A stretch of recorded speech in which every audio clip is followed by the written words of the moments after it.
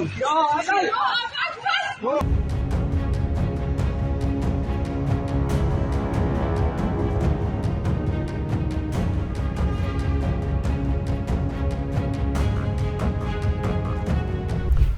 किसी देश ने की सिर्फ एक गलती तो ईरान मुस्लिम देशों पर भी करेगा मिसाइलों की बारिश। जी हां, मध्य पूर्व में इजराइल और ईरान के बीच तनाव चरम पर पहुंच गया है और यह संघर्ष किसी भी समय व्यापक क्षेत्रीय युद्ध में बदल सकता है। ईरान ने सख्त चेतावनी जारी करते हुए कहा है कि यदि कोई भी देश इजराइल को उस पर हमला करने में सहायता देता है तो वह न केवल इजराइल बल्कि उन देशों के सैन्य ठिकानों को भी निशाना बनाएगा। और यह चेतावनी विशेष रूप से अमेरिका और ब्रिटेन के लिए है, जिनके मध्य पूर्व में कई सैन्य अड्डे हैं। इसके साथ ही ईरान ने संकेत दिया कि वह उन मुस्लिम देशों को भी निशाना बना सकता है जो पश्चिमी देशों का समर्थन करते हैं, यानी कि मुस्लिम देश भी अपने आप को सुरक्षित न समझें। इजराइल ने 12 जून 2025 को ऑपरेशन राइजिंग लायन शुरू करते हुए ईरान के परमाणु और सैन्य ठिकानों पर बड़े पैमाने पर हमले किए, जिसमें ईरान के शीर्ष सैन्य कमांडरों और परमाणु वैज्ञानिकों की हत्या और नतांज के पास एक परमाणु संवर्धन संयंत्र को नष्ट करने का दावा किया गया।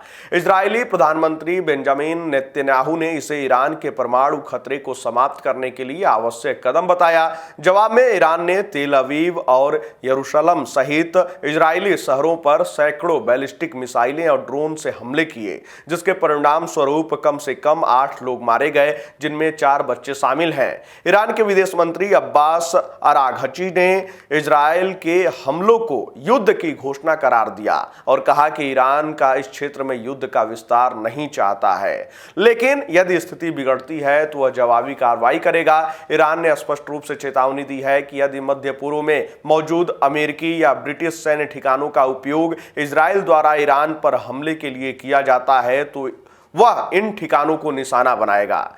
ईरान के संयुक्त राष्ट्र दूत अमीर सईद इरवानी ने दावा किया कि इजराइल के हमलों में 78 लोग मारे गए, जिनमें ज्यादातर नागरिक थे, और अमेरिका को इन हमलों का पूरी तरह जिम्मेदार ठहराया।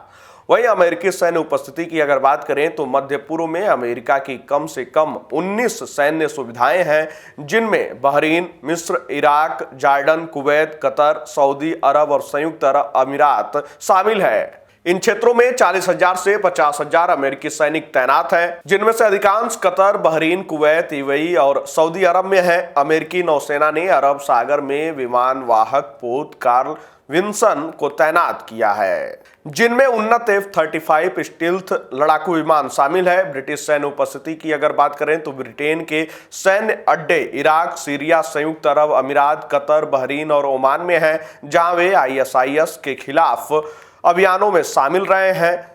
वहीं साइप्रस में ब्रिटेन का एक बड़ा सैन्य अड्डा भी इस खतरे के दायरे में आ सकता है। ब्रिटेन ने इजराइल के लिए यात्रा चेतावनी को और सख्त करते हुए पूरे देश को रेड जोन घोषित करने की योजना बनाई है। वहीं ईरान ने संकेत दिया है कि वह उन मुस्लिम देशों को भी निशाना बना सकता है जो पश्चिमी देशों का समर्थन करते हैं। खाड़ी देशों जैसे कि सऊदी अरब, यूएई, कतर और बहरीन में अमेरिकी और ब्रिटिश सैन्य अड्डों की मौजूदगी के कारण ये देश ईरान के निशाने पर आ सकते हैं। ईरान ने पहले भी सऊदी अरब के तेल संयंत्रों और क्षेत्रीय जल में वाणिज्यिक जहाजों को निशाना बनाने की धमकी दी है। क्षेत्रीय विश्लेषकों का मानना है कि ईरान सीरिया और लेबनान में मौजूद अपने समर्थित समूहों जैसे कि हिजबुल्लाह के जरिए भी हमले कर सकता है। हालांकि ये समूह हाल के वर्षों में इजराइल के साथ संघर्ष में कमजोर हुए हैं।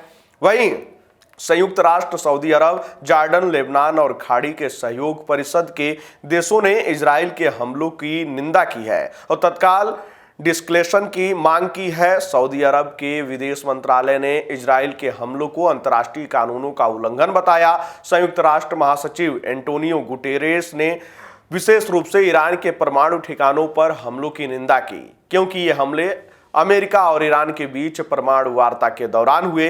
वहीं अमेरिकी राष्ट्रपति डोनाल्ड ट्रंप ने इजराइल के हमलों को उत्कृष्ट बताया, लेकिन यह भी कहा कि अमेरिका इन हमलों में शामिल नहीं था। उन्होंने ईरान को चेतावनी दी कि यदि वह अमेरिकी सैन्य ठिकानों पर हमला करता है तो अमेरिका जबरदस्त कार्रवाई करेगा। दूसरी ओर अमेरिकी विदेश मंत्री मार्को रूबियो ने स्पष्ट किया कि इजराइल ने एक तरफा कार्रवाई की और अमेरिका ने इसमें कोई भी भूमिका नहीं निभाई है। वहीं संघर्ष केवल इजराइल और ईरान तक सीमित नहीं रह सकता है। क्षेत्रीय देशों जैसे कि जॉर्डन, इराक और सीरिया पहले ही इस संघर्ष की चपेट में आ चुके हैं, जहां ईरानी मिसाइलें और ड्रोन गिरे हैं। जॉर्डन ने अपने हवाई क्षेत्र को बंद कर दिया और अपनी वायुसेना ने इजराइल की ओर जाने वाली मिसाइलों और ड्रोन को रोक लिया।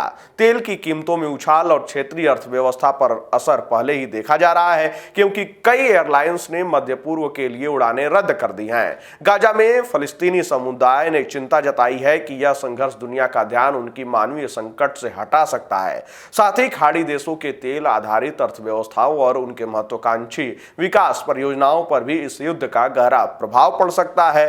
वहीं आगे की राह विश्लेषकों का मानना है कि यदि ईरान अपनी धमकी पर अमल करता है और अमेरिका या ब्रिटिश ठिकानों पर हमला करता है तो यह संघर्ष वैश्विक स्तर पर फैल सकता है। ईरान की एक्सिस ऑफ रेसिस्टेंस गठबंधन, जिसमें हिजबुल्लाह और हैथी जैसे समूह शामिल हैं, हाल के वर्षों में कमजोर हुआ है, लेकिन फिर भी यह क्षेत्रीय अस्थिरता पैदा कर सकता है। दूसरी ओर इजराइल ने दावा किया है कि उसने ईरान के परमाणु कार्यक्रम को वर्षों पीछे धकेल दिया है, लेकिन ईरान का कहना है कि उसका तेल रिफाइनरी पूरी तरह सुरक्षित है और परमाणु कार्यक्रम में कोई बड़ा नुकसान नहीं हुआ।